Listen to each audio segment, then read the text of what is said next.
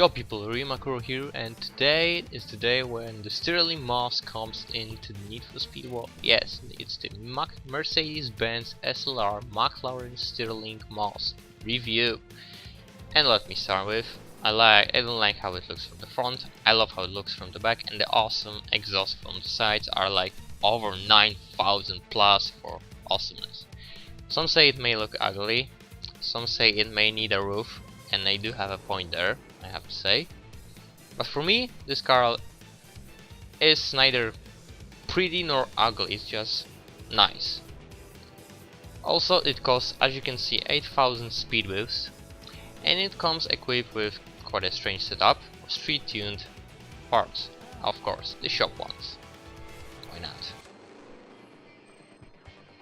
Also, it has no body kits, no aftermarket parts on it from the start, typical set of spoilers, no hoods, and the no spoiler option in a car that has no spoiler is of course the best investment you can make. Yeah. Anyway, I would advise to use white iridescent for a silver color, a black iridescent for nice black, black chrome is also great, white chrome is very nice as well for white. White matte is not something I would advise, but black matte is definitely something cool and nice looking. Batmobile, you can say. I stick to black chrome, and the wheels are, as you can see, white chrome. Also, it has a shadow bag, as you can see, that makes it seems like the car floats, and some asshole shows up. And it's mostly because the shadow of the car is about half as long as it should be. With a neon it's better, you can see it a lot better with the neon equipped. Well, it's not equipped of course, but to show just don't put neons, don't rise this car, leave it clear as it is. But as you can see, I hope this will be fixed. Also, this car has a hood cam bug, as you can see, as I'm not changing camera because the car just disappears on the hood camera, so yeah. Oh well. Funny thing. Anyway, let's get down to the details. This car has a cosmic nose, one that is probably more powerful than what you get on a Koenigsegg so far. The acceleration part is decent, better than Aventador, I would say. The handling, however, is great, and as of now, you probably already noticed it has a Ford V8 engine. This problem is fixable, and I hope that along with the shadow bug problem, which will be fixed soon, I mean really soon, I hope, this car will have only one little problem, because this Ford V8 engine sounds, well, not bad, but it's just boring, but can be fixed. However, the problem that can't be fixed, and the only real problem this car has, and I'm stating this at the start, so I'm just gonna get over it, is the top speed. Because with all the very nice acceleration it has, it goes and goes and goes up to a 341 kilometers per hour. Which isn't that great at all, but it has a great handling, and really when it comes to handling and cornering speed, it just destroys. The handling is grippy, it's responsive, it's not stiff at all, it's nimble, it's agile, but when you go over the top, when you really push it hard, it can drift, but it's the enjoyable drift, and you really need to. It's almost near impossible to make it drift, because even after landing, when you start tuning right after landing, it's so stable and so composed, it's unbelievable. This car really is very easy to use, but it's not a boring easy. This car simply knows what you want. It knows what you want before you even think about it.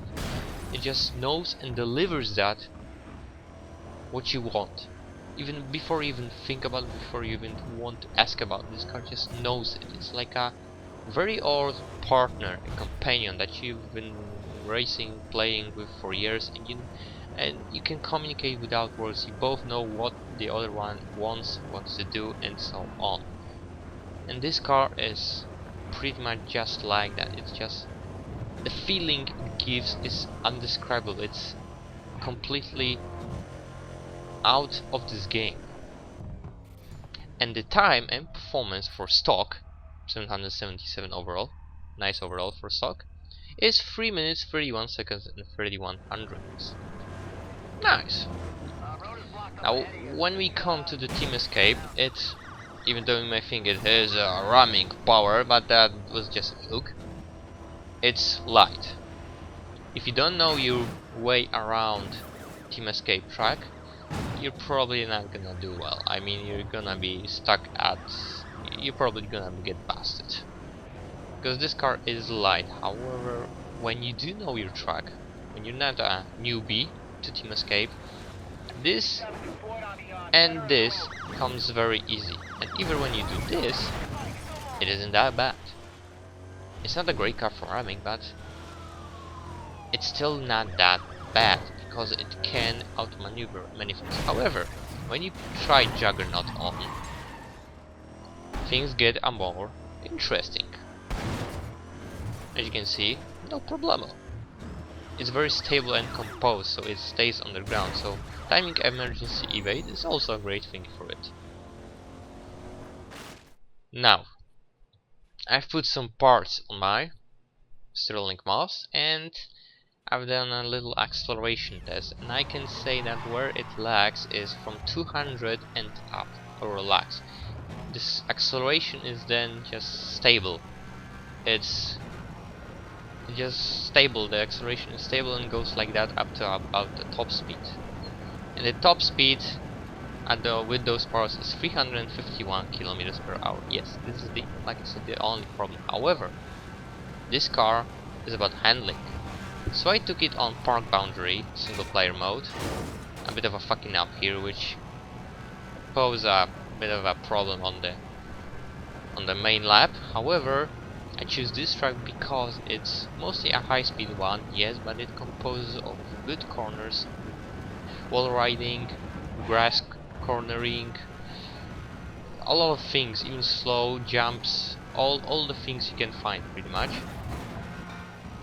And as you probably have noticed, the engine sound changed. Yes, when you ultra tune it, the sound changes a more racing like Mercedes V12.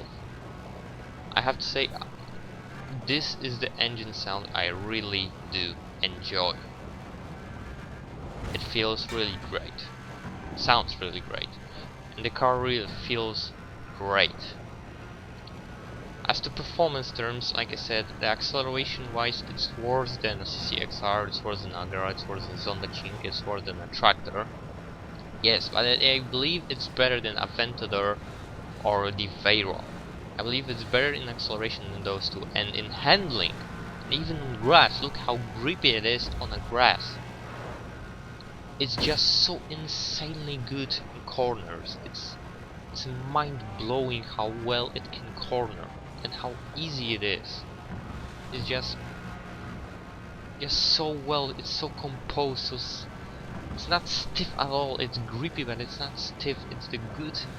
It's everything you wanted from a car, ever. It just knows that and delivers it without a doubt. It's hard to describe, really. And as you can see, we have 1 minute 38 seconds point 24, 23. It can decide never, but with that problem, it can do 137, maybe even 136, most probably. However, let me just note how awesome this car looks from the back.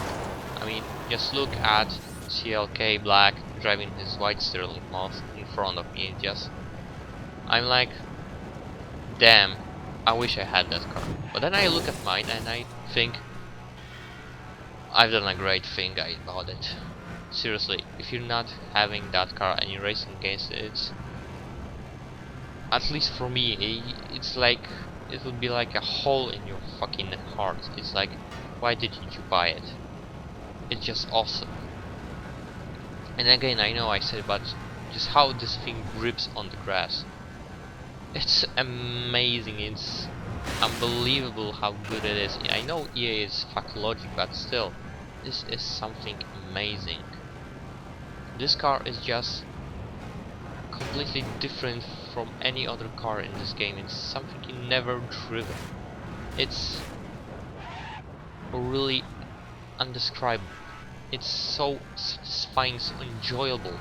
This car brought fun to the game for me, because for me the game lately has been in such an uber boring state. I was just struggling to even do the fucking treasure hunt, and this car just makes me wanna play this game and play and play and play. I just want to drive that car. Right now when I'm commenting, I'm just struggling to turn on the game and play it. I'm just struggling not to do the commentary and hold myself back from playing the game and driving it. That's how great and awesome this car is. And look at the time, 1 minute 41.43. It's a great time. It's not a bad time, it's really a great car. So, to sum up this, saying, I don't even know if I should call it a machine, because it has a heart, it has a soul. This is a car you not buy with your brain. This is a car you buy with your heart, with your soul. You buy it because you like driving, you love driving, and you want the most out of it. And this car is just, it just gives it. I know I may sound now like an EA slicker with all the fail surrounding the anniversary, how we didn't get the year 3 neons, license plates, and so on. But this car is truly. I thought it would be just any other typical S-Class boring car, and another car just, nothing special, but I'm just completely baffled, surprised, amazed. I could go on like that for eternity and I would still, it's just great. It lacks a bit in acceleration compared to the best cars there are, but this car is not really about performance. It can keep up, it can outcorner cars like Zonda, cars like Koenigsegg, and it feels better at that. It just feels defined better. You crash, that crash feels better. You overtake someone, it feels better. You get overtaken, it feels better. You do a single correction, do a single corner, everything is better. For me, when a car makes the game fun, when the game is boring, it's just solo car. That is the best compliment a car can ever get from me, and it's only the second car that got it, and that, I think, says it all. For me, this is truly strange coming from a person who doesn't really like Mercedes. The only Mercedes I like up to now was the SL65 AMG Black, which I'm still waiting to come into this game. But this car, it's my favorite car in this game. As of now, it's my favorite car in this game. It just, if it would cost 22,000 speed boost, I would sooner buy this than that tractor, because that tractor is just a zombie machine for times. This is a car with heart and soul. That is just a perfect match for me. The feeling is just indescribable, and you just need to feel it to understand it. So, if you don't like how it looks, too bad. You may say it will look better with roof. Yes, but it still feels great. And the feeling is just the most important part. So, that will be all for me. If you liked it, please like, comment, maybe even subscribe to me. That will be helpful. And I'll see you soon.